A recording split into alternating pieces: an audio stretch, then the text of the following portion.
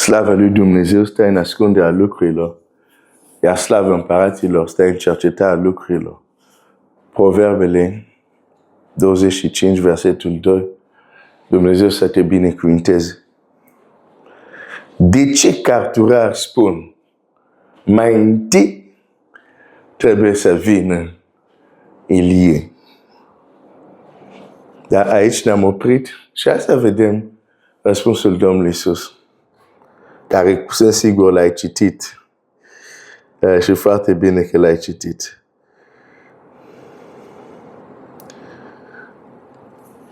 Matei 17:10, ucenicii au pus întrebarea următoare. Oare de ce zic carturar că mai întâi trebuie să vină Ilie? Drept răspuns, Iisus le-a zis, este adevărat că va trebui să vină întâi Ilie și să așeze din nou toate lucrurile. Dar vă spun că Ilie a și venit și ei nu l-au cunoscut și au făcut cu el ce au vrut.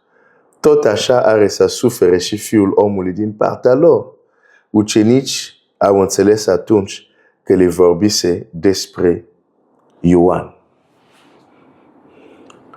Deci iată niște oameni cu Biblia în mână, cu Scriptură în mână, liniștesc poporul spunând, stați liniștit, ziua Domnului, trebuie să vină mai întâi Ilie. Noi știm, cunoaștem Biblia. Trebuie să vină mai întâi Ilie. Dar în cunoașterea lor sunt așa de orbit că Ilie a și venit și au făcut cu el ce au vrut.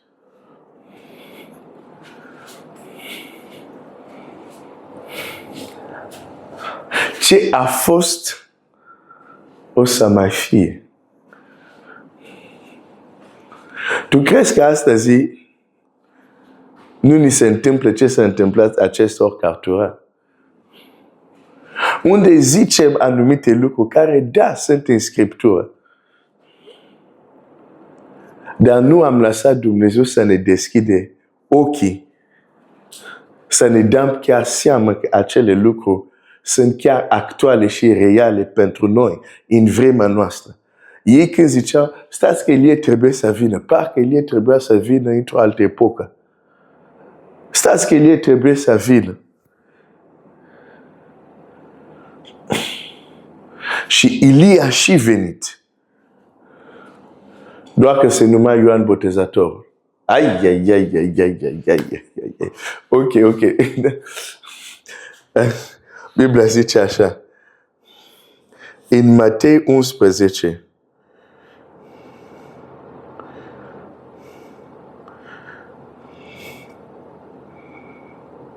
zice 11:11. Adevărat vă spun că dintre cei născuți din femei nu s-a sculat niciunul mai mare decât Ioan Botezatorul. Totuși cel mai mic din împărăția cerurilor este mai mare decât el.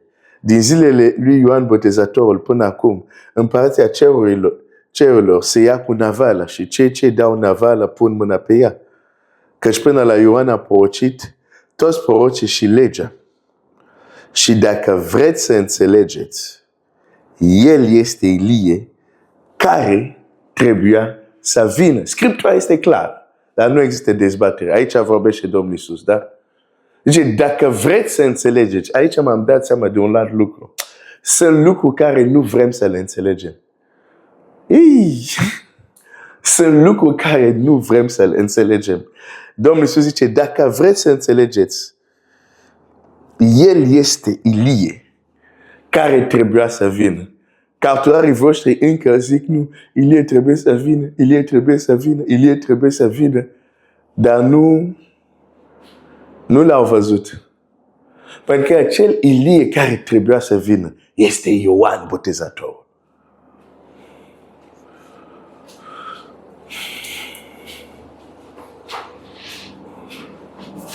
Ce a fost o să mai fie. Acum știu că textul ăsta generează anumite întrebări care nu am timp într-o putere de 10 minute să vorbesc despre ele. Deci, tema mea este să-ți arăt cum lucrurile care au fost se mai întâmplă. Dar știu că ridic multe întrebări, dar nu vreau să mă arunc în direcția respectives.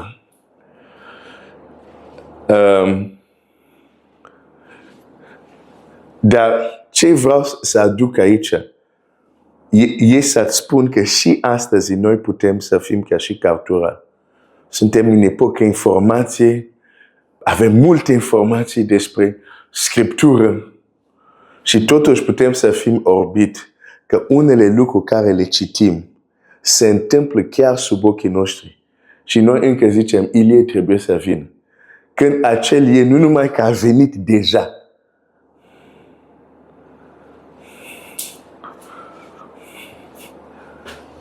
noi trebuie să așteptăm nu știu ce. Uneori problema noastră este nu ne uităm la esența lucrurilor. Chiar Domnul Iisus zice, voi judecați după înfățișare. Voi vă uitați la aparență. Însă dacă te uiți atent, de exemplu, la Ioan Botezatorul, vei vedea Ilie. Nu trebuie să te uiți la numele de buletin Ioan Botezatorul, nu. Trebuie să te uiți la esența ceea ce acest om a făcut. Și o să zic, stai un pic. Parcă avem un deja vu. Când te uiți atent la viața lui Ioan Botezatorul, nu ai cum să nu ai niște deja vu.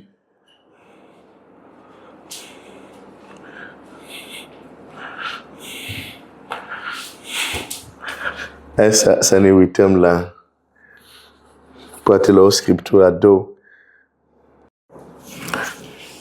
De exemplu, în 2 Împărați, capitolul 2 Împărați, capitolul 1:6, împăratul trimisese niște sol și s-au întors mai devreme decât trebuia.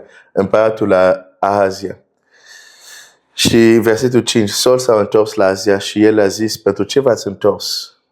Ei au răspuns, un om s-a suit înaintea noastră și ne-a zis, întoarceți-vă la împăratul care v-a trimis și spuneți, așa vorbește Domnul, oare nu este Dumnezeu în Israel de trimiteți să întrebe pe Balzebub, Dumnezeul Ecronului, de aceea nu te vei mai da jos din patul în care te-ai suit și vei muri. Azia le-a zis, ce înfățișare avea omul acela care s-a suit înaintea voastră și v-a spus aceste cuvinte? Ei au răspuns, era un om îmbrăcat cu o manta de păr și încis cu o cura la mijloc. Și Azia a zis, este Ilie Tișbitul.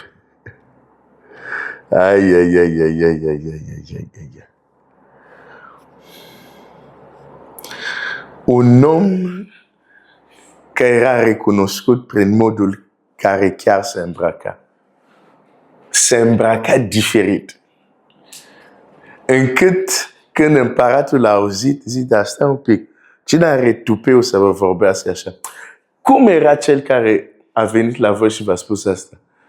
Era îmbrăcat cu o haină de păr. A fost de ajuns. Deci, dacă pe vremea respectivă, toată lumea purta asta, ar fi întreba, ok, câte kilograme avea chelie, avea barbă, nu. Când s-a descris doar haina lui, a știut, e Ilie Tișbitul. Haină de păr. Când ne uităm în Matei 3, versetul 4, Biblia a timp să ne spună cu ce era îmbrăcat Ioan. Biblia zice așa, Ioan purta o haină de păr. Ilie purta o haină de păr. Ioan purta o haină, doar că în Noul Testament avem un detaliu de păr de camilă.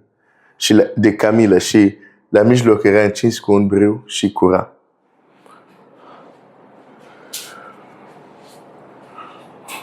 Un déjà vu. Un proroc aparte cu o haină de păr. Când te uiți la Ioan, ai déjà vu. Te duci în împărat, zic, nu. Mai era un proroc care se îmbraca în haină de păr. Pentru că ce a fost o să mai fie. Ne ducem undeva. Dumnezeu să te binecuvinteze.